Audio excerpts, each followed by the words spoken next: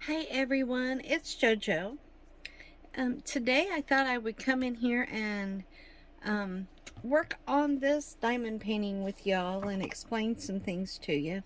I am pretty much brand new to diamond painting. I just started this month of July. Haven't done very much, haven't gotten very far, but well, I think I've gotten quite a ways myself, but um, I learn every day and I learn as I go. But I thought that I would come and give you guys some tips that I've learned and kind of show you how I do things. When you buy a diamond painting kit, most likely you'll get a little tray with little grooves on the inside. I call these boats because it looks like a little boat. And Craig and I used to go boating a lot in a little flat bottom boat. So that's what this is. But these little trays are perfect. You'll get some wax. Um, Now, on the wax, I've showed you before, it has plastic on both sides. So you'll want to pull one side back and then put your pen in it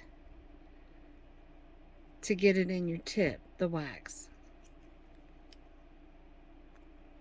And then I just put my plastic back on and I put that aside. And this is to straighten your rows as you go if you'd like to. I normally do this near the end, or if I'm doing a big section, I've learned to do that to get them straightened up.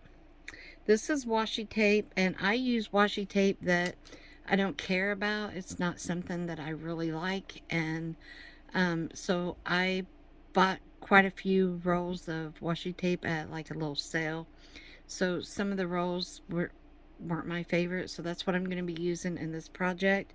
If you don't have washi tape, you can use painter's tape, or however you like. You can also buy special paper that will peel off, or use parchment paper.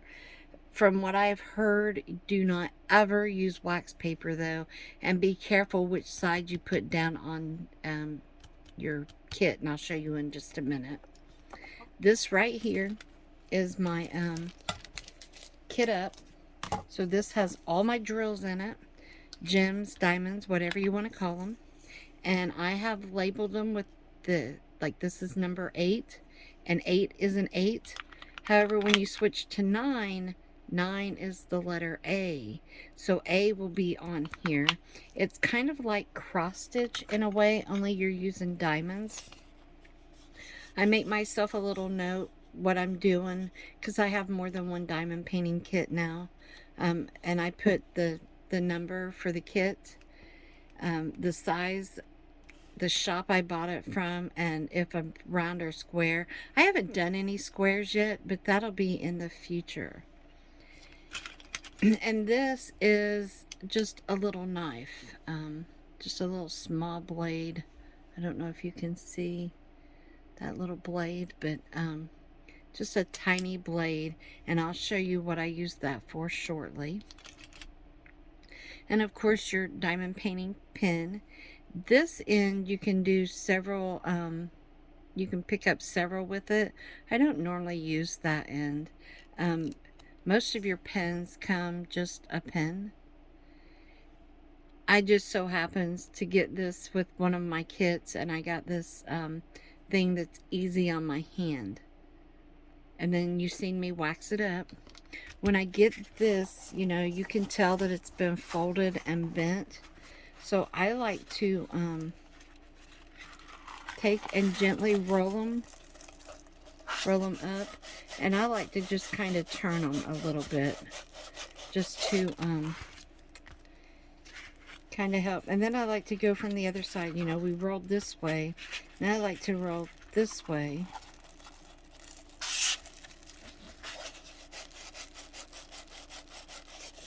Just get some of that creasing out.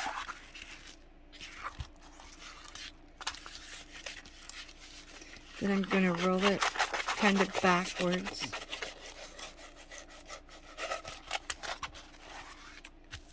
So now it's a lot flatter. Can you see that? So now I'm going to take my, this is really sticky, very sticky. But I'm going to pull back my plastic. Maybe I will. And I'm going to go about halfway, maybe. And then I'm going to use this or a bone folder or anything and just kind of gently push this plastic back on. This is just an extra step that I've taken that gets the crinkle out of the plastic.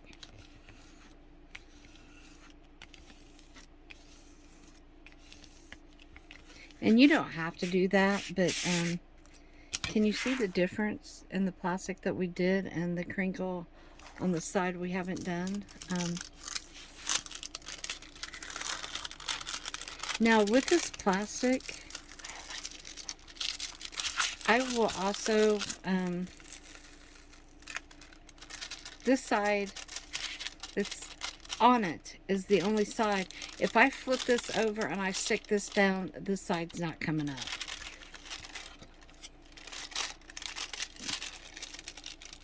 So I don't want to ruin the painting itself. So I'm just going to put this on here. I like to work in sections, and I have seen where most people start at the bottom right or the bottom left. Down here, you know, one side or the other at the bottom. And then they work their way up. I'm the opposite. I like to start, I'm right-handed, so I like to start in this corner. If I start over here, I find that it seems like I stick my hand more in the glue than if I do from this side. And then I like to work my way down, so I'm pushing this up. If I'm working here and I'm pulling it down, then on the bigger ones, it's going to go in my lap and the beads are going to come off. That's just my theory. That's just my luck kind of thing. So with the washi tape, I've watched a lot of videos just to get ideas. And I have trouble seeing.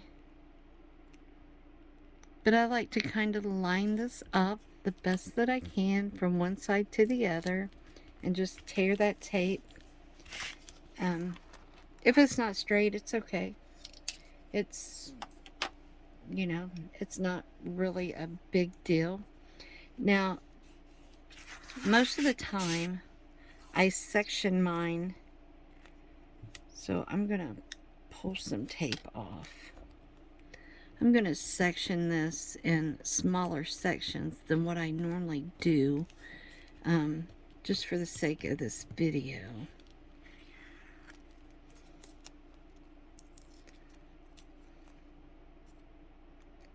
I'll just get another piece. Sorry about that.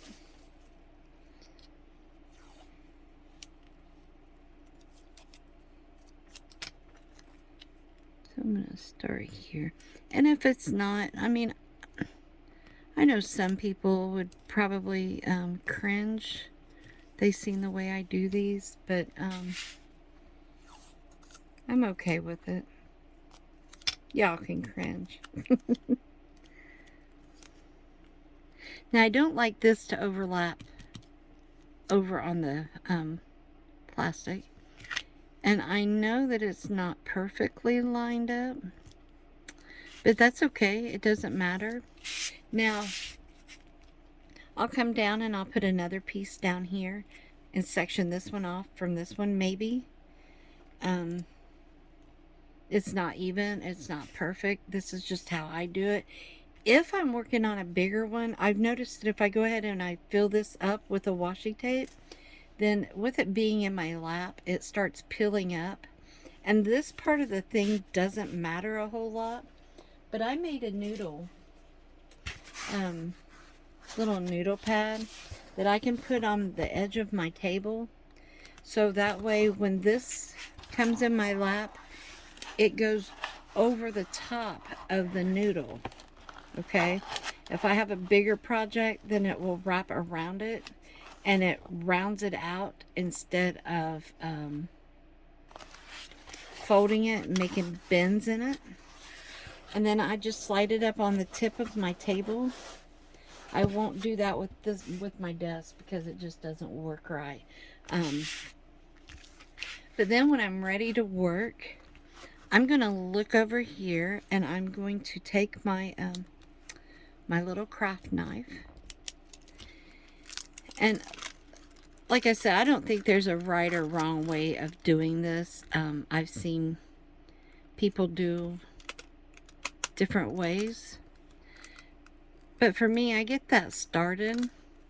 And then I'm going to take this edge, because I've seen people cut it on their thing, and I'm afraid I'm going to go through my canvas. But if I take this plastic and I pull it as close to the washi tape, I get a straight line most of the time. Unless it wants to hang up over here on this side. But if my line is not straight, see, it's getting unstraight now. But that's okay. I'm going to keep pulling.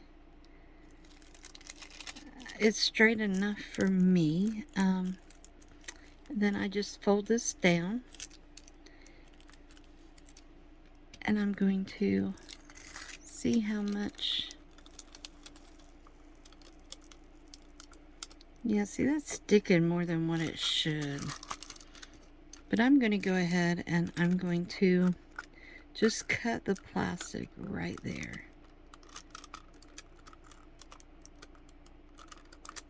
Because I don't want to cut my canvas.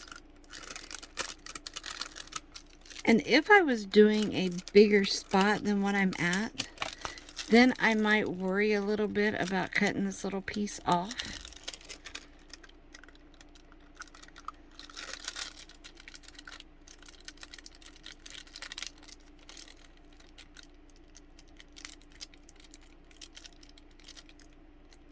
And like I said, it doesn't really matter. I just don't want it to get in my way.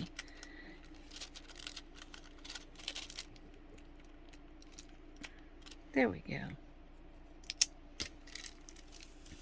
So I'm going to push that back. And now I am ready to start diamond painting. So I go over here and I want to just, it doesn't matter which one we start with. But I'm going to go ahead and go with the corner. Whatever jumps out at you, wherever you want to start is fine. But I'm going to go with my letter G. So it's number 13. And I have, sorry, get a hair on there, dog hair. I have the letter G written on here. And I write these with a dry erase marker. So that way when I'm finished, because it doesn't rub off. But when I'm completely finished, now if it's still wet, it will. But when it's completely finished, I can use just a little bit of rubbing alcohol or my baby wipe and wash it off.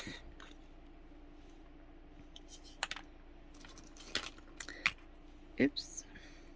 Move my stuff out of the way. So I'm going to shake this up. Move it back and forth.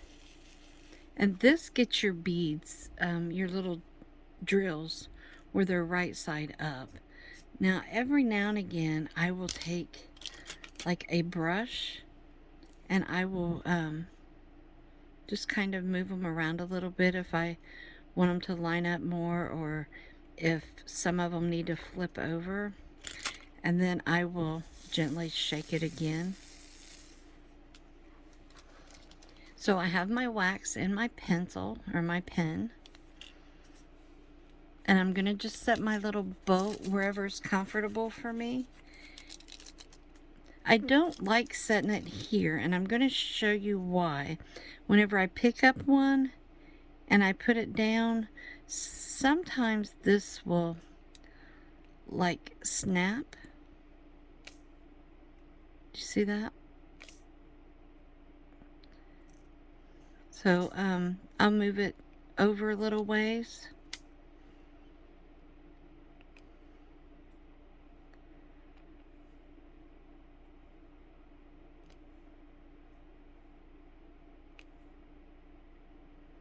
And then if you're a little bit, that one's upside down, so I just flip it over. I have to move it out of the glue.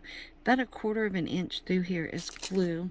And you see my pen, the way that that wax is forming.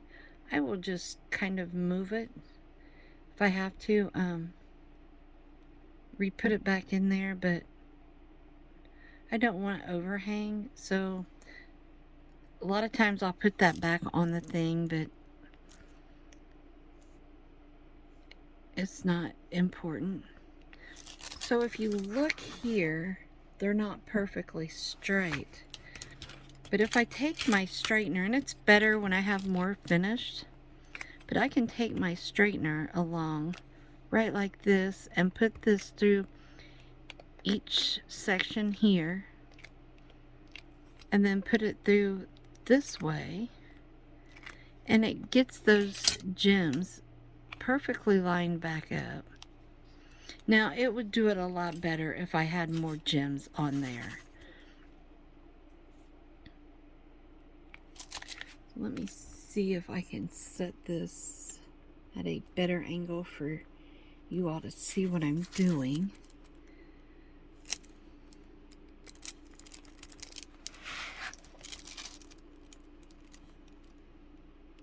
So I'm going after all my G's, and there's a lot of G's. Say gee whiz. Now when I'm doing this, I'm holding my hand up and I'm letting the pen do the work. So I'm not dragging my hand in the glue. And like I said, there's 1/4 of an inch of glue right here on the edge. And I don't want my hand in it. So I'm just kind of letting my pen do the work. And then every now and again you pick up one backwards, you'll just flip it back in the little bin. And see, that one's just barely stuck. I have 2 stuck on here. So I'm going to go like at an angle right here. And then I'll just use my thumb to push it in place. If that doesn't work, I have a pair of tweezers where I can make sure that they are right where they should be. And then when I put this one here, it'll snap. So it'll be like it fits just perfect. And that little snap noise that it makes is just kind of satisfying.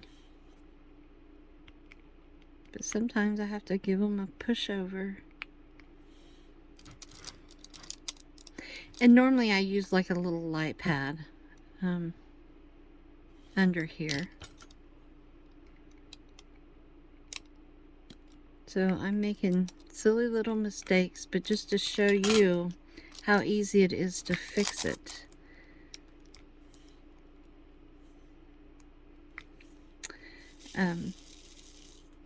I've been going through a lot of stuff, so I've been like sometimes in a dark place. And since I started diamond painting, it has really helped me. It's a way of coping, which I do all kinds of crafts, but with diamond painting, it's like I can clear my mind, and the only thing that I'm thinking about is picking up a diamond and putting it on G. Right now I'm not getting in the zone because I'm doing the video, but I get into a zone and it's like the whole world is gone for a little while. This is one of the most therapeutic things I've ever done, where you can just do and not have to really think. You don't have to really think real hard about what you're doing. And Temu has these at such an affordable price that really helps me out.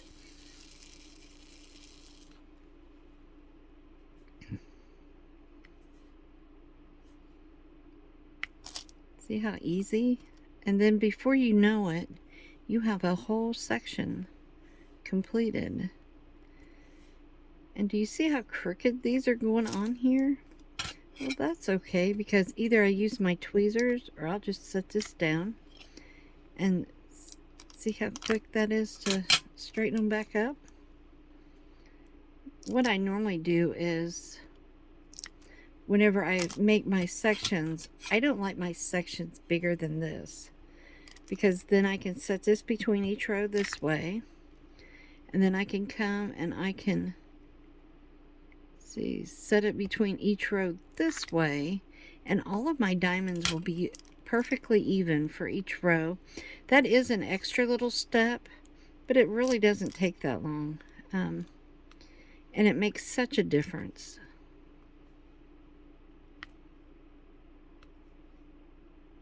I originally bought this pink tool to use like a bone folder, because I got it in one of my Temu hauls before I started the diamond painting.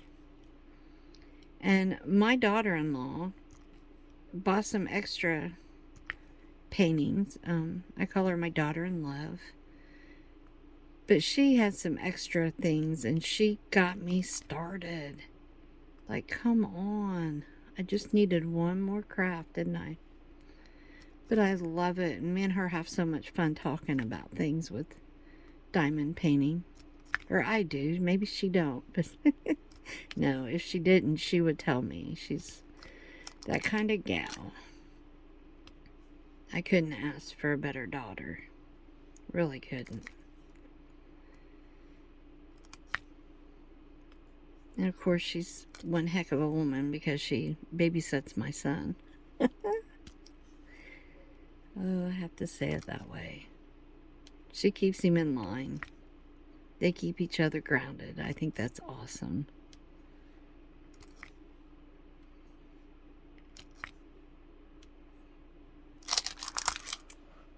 Picked it up backwards.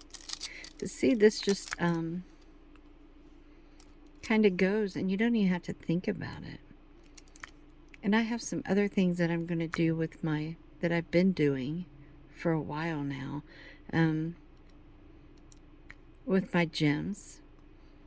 So I plan on coming and showing some really cool things in the near future, as soon as time will allow me to get it all together. Now, if you click my link below, if you've never downloaded Temu before and you order, you will get like a 30% off discount. If you want to be an affiliate or an influencer with Temu, just click my link below, and it will show you what to do.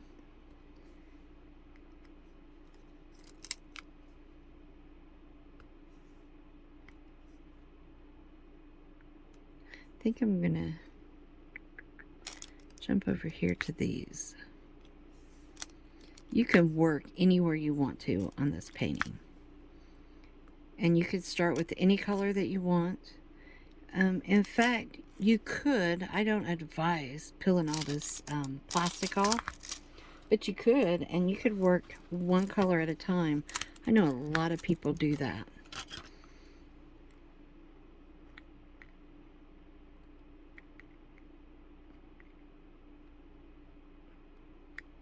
So like they would go and do the whole thing with, do all the G's first. See, look, I have like a goop hanging off, so I just pull that off, and if I can put it back in, I will, but if I have to, I'll go hit that little pink thing of wax again. If you don't have a diamond pen, which normally comes in every kit, you could use like a wax crayon. Just about anything waxy. I took before I started the diamond painting, I was working with my little gems, and I took a toothpick, and I cut the edge of my toothpick off so that way it